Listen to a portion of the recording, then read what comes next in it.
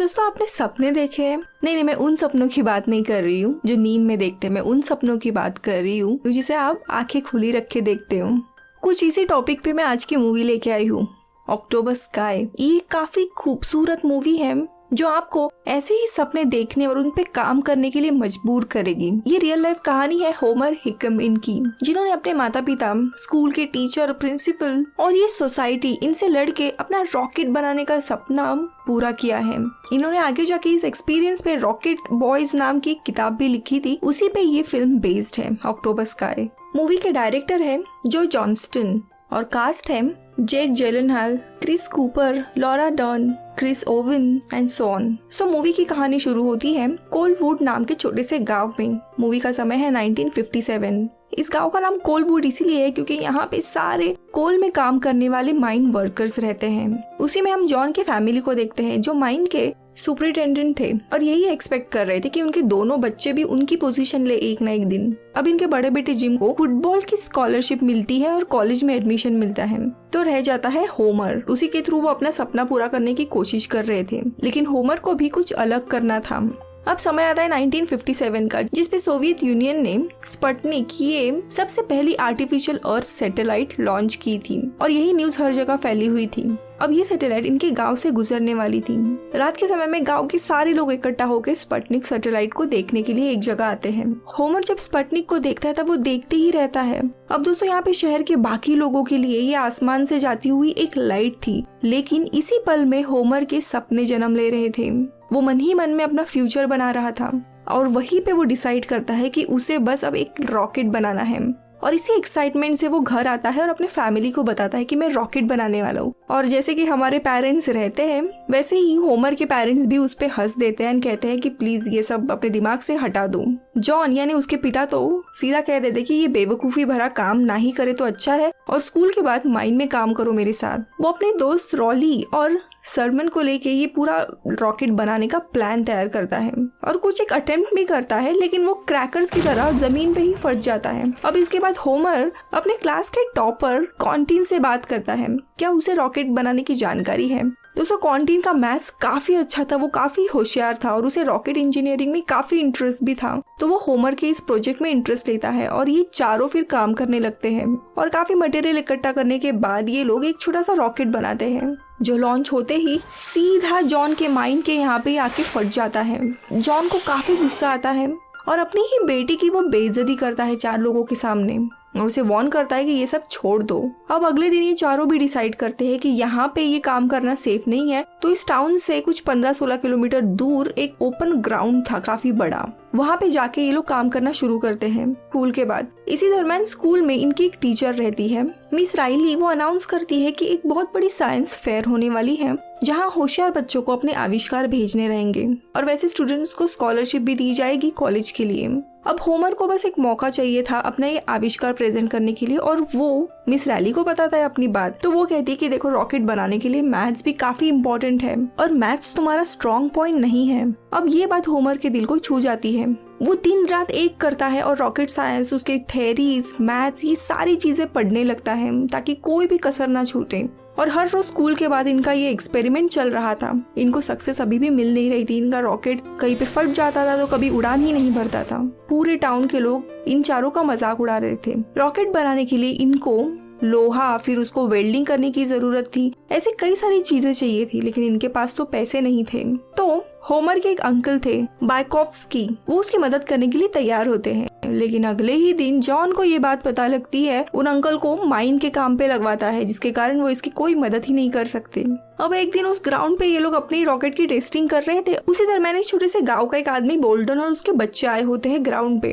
बोल्डन भी माइन में काम करने वाला एक वेल्डर था। अब इनका रॉकेट उड़ान भरने के बाद बार बार फट रहा है, तो बोल्डन ये चीज देखता है और उन्हें कहता है तुम लोगों को एक अच्छे लोहे की जरूरत है। वो महंगा तो जरूर होगा, लेकिन उससे तुम्हारा रॉकेट की जो नोजल है वो जलेगी नहीं उड़ान भरने के बाद। अब इनके पास पैसे नहीं थे, तो काफी प्लान करने के बाद ये चारों भी पुराने बंद रेलवे ट्रैक के यहाँ पे जाते हैं एंड वो पूरा ट्रैक निकालने की कोशिश करते हैं, क्योंकि वैसे भी वहाँ ट्रेन चल नहीं रही थी। तो ये मस्त एक ट्रैक का जो स्लॉट रहता है वो निकालते हैं एंड काफी थकने के बाद, क्योंकि वो बहुत हेवी रहता है, तो थकने के बाद वहाँ पे बैठ जाते हैं। और दोस्तों उसी दरम्यान उन्हें ट्रेन की आवाज आने लगती है, दूर से ट्रेन आ रही थी। ये लोग बहुत डर जाते, ट्रैक को वापस लगाने की कोशिश करते, लेकिन समय कम था, इसीलिए फिर ट्रेन को रोकने के लिए उसी ट्रैक से आगे जाते हैं। ट्रेन सामने से आ रही थी, पॉन्टिन तो मानो बेहोश होने वाला था, लेकिन तभी वहाँ पे एक डाइवर्जन था और ट्रेन अपना रूट बदलती है, यानी ट्रेन एक दूसरे ट्रैक पे जा रही थी और इन लोगों का मजाक बन जाता है। अब फाइनली इनको एक अच्छे क्वालिटी का लोहा मिलता है।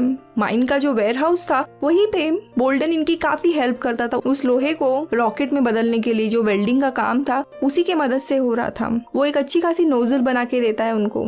अब इतनी कोशिशों के बावजूद इनका रॉकेट हवा में क्रैश हो रहा था और हर असफल प्रयास के बाद सब लोग निराश होते थे, लेकिन होमर नहीं। जैसे थॉमस एडिसन, इनकी एक स्टेटमेंट है कि जब भी इनका एक फेल्ड एक्सपेरिमेंट यानी असफल प्रयास होता था तब वो यही कहते थे कि मैंने एक और तरीका ढूंढा है जो काम नहीं कर सकता। यानी ऐसा नहीं है कि इन्होंने इस असफल प्रयास से कुछ सीखा नहीं है, उनको पता चला कि ये कॉम्बिनेशन काम नहीं कर सकता। वैसे ही होमर नई नई चीजें सीख रहा था।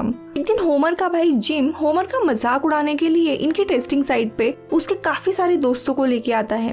अब ये बात जब मिस रैली को पता चलती है तब वो भी इनकी टेस्टिंग साइट पे आती है उसका रॉकेट देखने के लिए। अब इनका लॉन्च शुरू होता है। अब मन ही मन में ये सब लोग डर रहे थे कि लोग अभी हंसेंगे, क्या होगा, और तभी वो अपने इस रॉकेट को लॉन्च करते हैं एंड दोस्तों वो रॉकेट सीधा आसमान में उड़ान भरता है और वो फटता नहीं है, यानी ये नया नोजल जो था वो काम कर गया था। ये देखने के बाद सब लोग खुश हो जाते हैं। इनफैक्ट मिस रैली भी आके इन सबको शाबाशी देती है एंड कहती है कि कुछ होप है तुम्हारे लिए उस साइंस प्रोजेक्ट के लिए। मिस रैली काफी खुश थी, इसीलिए होमर को एक रॉकेट साइंस की किताब देती है एज अ तोहफे में। और इसी दरम्यान स्कूल के जो प्रिंसिपल थे मिस्टर टर्नर, वो आके ये चीज देख लेते हैं एंड रैली को कहते हैं कि देखो हमारे स्कूल में सिर्फ फुटबॉल की स्कॉलरशिप के लिए ही लोग आते हैं, तुम्हारा काम यही है कि उन 1% बच्चों के ऊपर ज्यादा ध्यान देना जो फुटबॉल स्कॉलरशिप लाएंगे। बाकी बच्चे वैसे भी कोल माइनर्स बनने वाले हैं, इनके पीछे अपना दिमाग मत वेस्ट करो। तो मिस रैली हंस के कहती है कि सारा स्कूल तो फुटबॉल स्कॉलरशिप के पीछे है, क्यों ना मैं इन अनलकी स्टूडेंट्स का साथ दूं। और मिस्टर टर्नर गुस्सा होके वहाँ से चले जाते हैं। अब इनका कारनामा कुछ छोटा नहीं था, इसीलिए अगले दिन के न्यूज़पेपर में एक मस्त खबर आती है। इनके तारीफों के पुल बांधे जा रहे थे, लेकिन उसके साइड में एक छोटी सी नेगेटिव खबर होती है कि ये लोग जहाँ पे एक्सपेरिमेंट कर रहे हैं उसके साइड के जंगल में आग लगी थी, तो ये इनके रॉकेट के कारण ही आग लगी होगी। अब ये मौका वो प्रिंसिपल टर्नर देख लेते हैं एंड खुद ही स्कूल में पुलिस को बुलाते हैं और इन चारों को पकड़वाते हैं कि इन्होंने फॉरेस्ट में आग लगाई थी। लेकिन तभी होमर के पिता जॉन वहाँ पे आते हैं और इन चारों को छुड़ाते हैं। अब इस हादसे के कारण रॉयली के सौतेले पिता वर्नॉन उसे काफी मारते हैं। ये देखते हुए जॉन वहाँ आता है, बेचारे को बचाता है और वर्नॉन को भी वार्न करता है। लेकिन फिर अब ये पुलिस केस हुआ था, ऊपर से स्कूल के प्रिंसिपल ने पुलिस को बुलवाया है, उन्हें सस्पेंड किया जाता है। अब इन सारे कारणों से होमर पूरा निराश हो जाता है। वो और उसके दोस्त इस रॉकेट एक्सपेरिमेंट को बंद कर देते हैं। इसी दरम्यान कोल माइन में एक एक्सीडेंट होता है जिसमें होमर के जो अंकल थे उनकी जान चली जाती है। इतना ही नहीं, बाकी वर्कर्स को बचाते हुए जॉन को गहरी चोट आती है और वो हॉस्पिटलाइज हो जाते हैं। अब इनके घर में पैसे का वैसे ही प्रॉब्लम था, तो बदकिस्मती से होमर को सब कुछ छोड़ छाड़ के कोल माइन में काम करना पड़ता है। काफी दिन तक वो बेचारा अकेले ही काम करता है।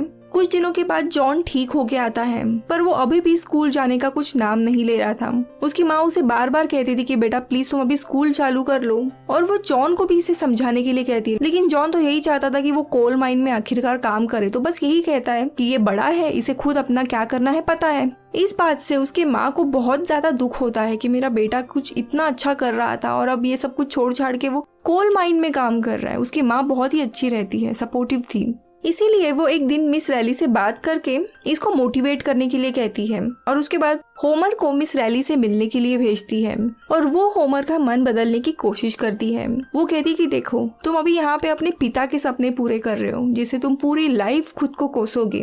किसी और के सपने क्यों पूरा करने जब तुम अपने सपनों पे काम कर सकते हो। एक छोटी सी बात पे रुको मत, साइंस प्रोजेक्ट की तारीख अभी भी दूर है, तुम अपना ये प्रोजेक्ट इन्वेंशन बना सकते हो। और होमर तैयार हो जाता है। माइंड में काम करते हुए भी फ्री टाइम जब मिलता वो स्टडी करने बैठता, अपने रॉकेट की सारी चीजें थेरीज वापस वो पढ़ने लगता है कि कि कैसे उसे सक्सेसफुल बनाए। और एक दिन वो कॉन्टिन से मिलने जाता है और उसे अपना कैलकुलेशन दिखाता है। होमर ने इनके रॉकेट की ट्रेजेक्ट्री निकाली थी, यानी उसका पाथ। अब इस बड़े से एरिया में उनको पता चल जाता है कि उनका रॉकेट कहाँ गिरा होगा और उन्हें कुछ समय के बाद वो रॉकेट मिल जाता है। अब वो उसे लेके सीधा स्कूल चले जाते हैं। वहाँ पे प्रिंसिपल, मिस रैली सबको बुलाते हैं और वो पूरे क्लासरूम के सामने ट्रेजेक्ट्री कैलकुलेट करके समझाते हैं कि उनका रॉकेट जंगल तक पहुंचा ही नहीं था, यानी इनके कारण ये आग लगी ही नहीं थी, ये साबित हो जाता है।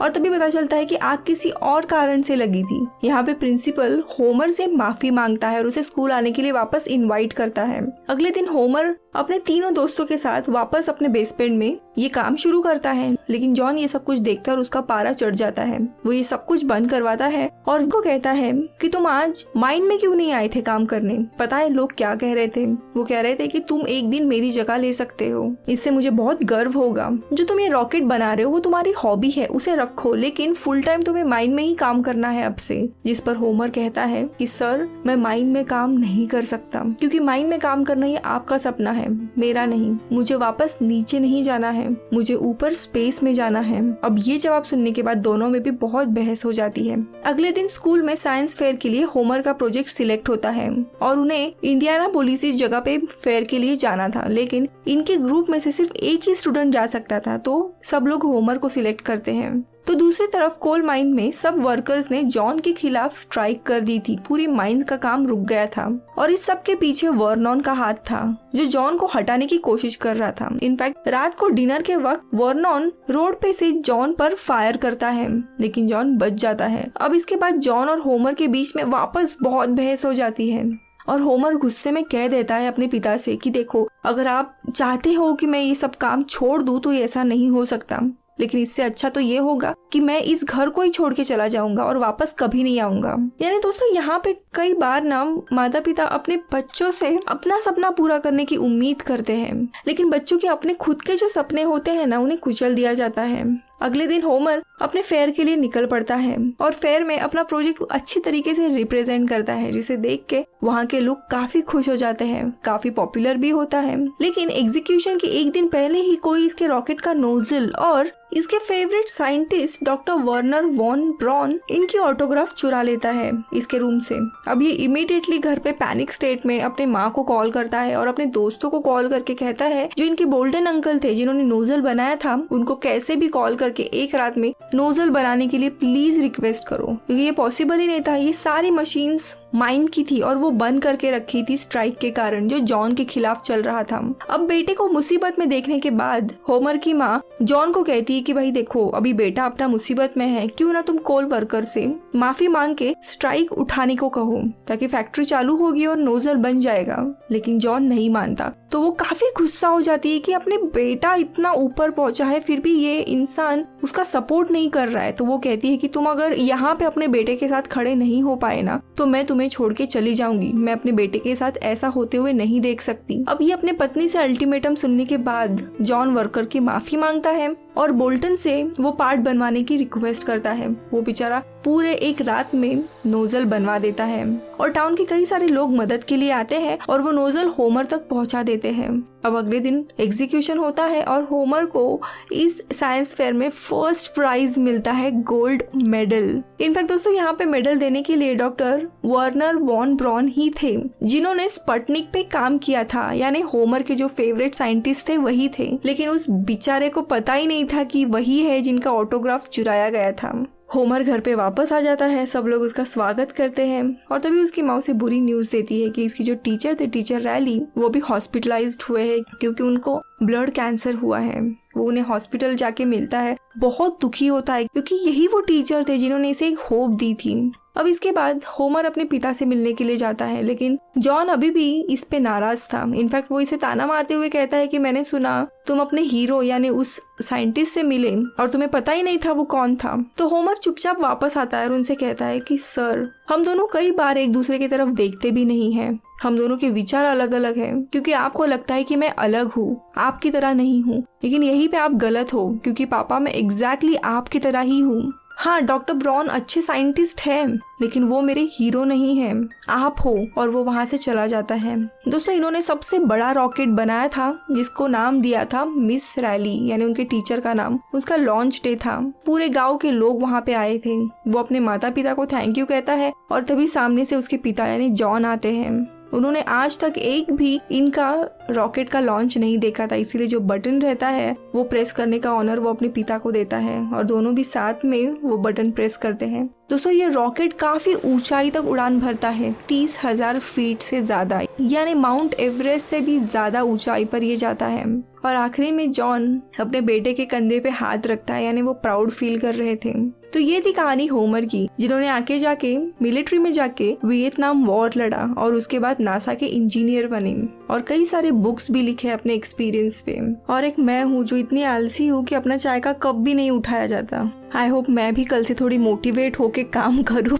दोस्तों, यहाँ पे जो टीचर थी मिस रैली, वो बहुत ही अमेजिंग टीचर थी, लेकिन सिर्फ 32 साल की उम्र में ही उन्हें अपनी जान गंवानी पड़ी थी कैंसर के कारण। दोस्तों, कई सारे स्कूल ड्रामा मूवीज आके गए हैं जो हमें मोटिवेट करने की कोशिश करते हैं, लेकिन ये मूवी एक अलग स्टैंड रखती है अपना। पता है क्यों? क्योंकि ये मूवी ना बहुत ज्यादा रिलेटेबल है। मतलब कैसे स्कूल में एक एवरेज बच्चे को इतना इम्पोर्टेंस नहीं दिया जाता, वेराज बच्चे कुछ आउट ऑफ बॉक्स सोचना चाहते हैं और पेरेंट्स उन्हें रोकते हैं। या फिर मिस रैली जैसे कुछ टीचर जो हमेशा पॉजिटिव इम्पैक्ट डालती है स्टूडेंट्स पे। अगर बॉलीवुड की बात करूँ तो अभी top of my head 2 movies आ रहे हैं। एक तो पहले अगर आप कॉलेज गोइंग स्टूडेंट्स हो जहाँ फ्यूचर का कुछ पता नहीं है तो आपके लिए वेकअप सीड है, और अगर आप जिंदगी में कुछ बड़ा पाना चाहते हो, बिजनेस करना चाहते हो, तो आपके लिए rocket Singh salesman of the year ये मूवी है। रॉकेट सिंह तो अनफॉर्चुनेटली फ्लॉप हो गई थी, बट अगर आपने देखी है तो मुझे कमेंट सेक्शन में यार बताओ आपको कैसी लगी। क्या मैं अकेली हूँ जिसे पसंद आई थी ये मूवी? और क्या इस वीडियो ने आपको इनफ मोटिवेट किया है या नहीं?